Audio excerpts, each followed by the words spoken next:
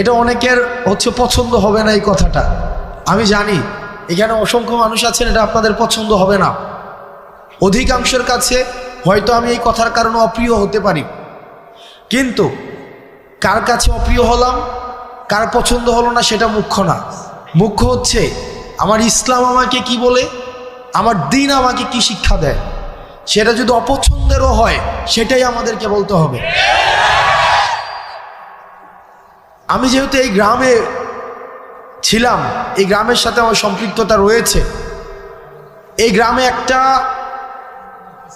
এক ধরনের অর্থনৈতিক বিনিময় প্রচলিত রয়েছে, যেটাকে আপনারা নাম দেন পত্তন। এটাকে আপনারা যে নামেই ডাকেন না কেন, এটা সরাসরি সুদ। আমার পরিবার সহ আশেপাশে অনেকে আছে এই ধরনের বিষয়ের সাথে সম্পৃক্ত ছিল, কিন্তু আমরা যখন বুঝেছি, আমরা যখন পড়াশোনা করে জেনেছি, আমরা যখন আলেমদের থেকে পরামর্শ নিয়েছি, বিশ্বাস করেন যেই দিন থেকে আমরা এই পথ থেকে ফিরে এসেছি, বরং সচ্ছলতা আরো বেশি প্রশস্ত হয়েছে। কসম করে বলছি, আপনারা জানেন আমার বাবার অর্থনৈতিক অবস্থা, আমার দাদাদের অর্থনৈতিক অবস্থা। যেই দিন থেকে এই জায়গা থেকে আমরা ফিরে এসেছি, আমাদের অর্থনৈতিক যে সচ্ছলতা, আমাদের নিয়ামত সৃষ্টিকর্তা আমাদেরকে যেভাবে দিচ্ছেন, আমরা প্রতিনিয়ত আল্লাহর কাছে অকৃত্রিম কৃতজ্ঞতা প্রকাশ করি। আপনাদের কাছে অনুরোধ থাকবে, এই যে আমরা দেখি টাকা থেকে টাকা বৃদ্ধি পায়, এটা অসংখ্য পরিবারকে নিঃস্ব করে দেয়।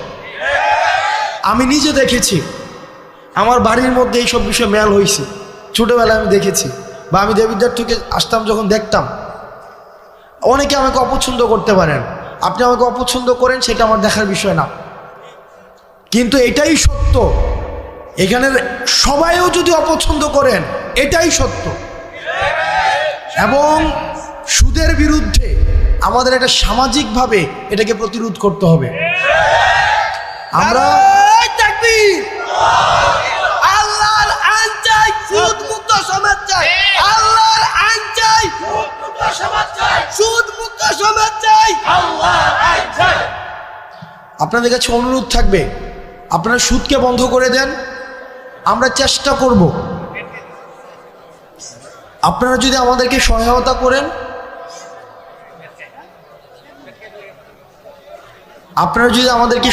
করেন, আমরা আমার জায়গা থেকে চেষ্টা করব সামাজিক যেই ঋণ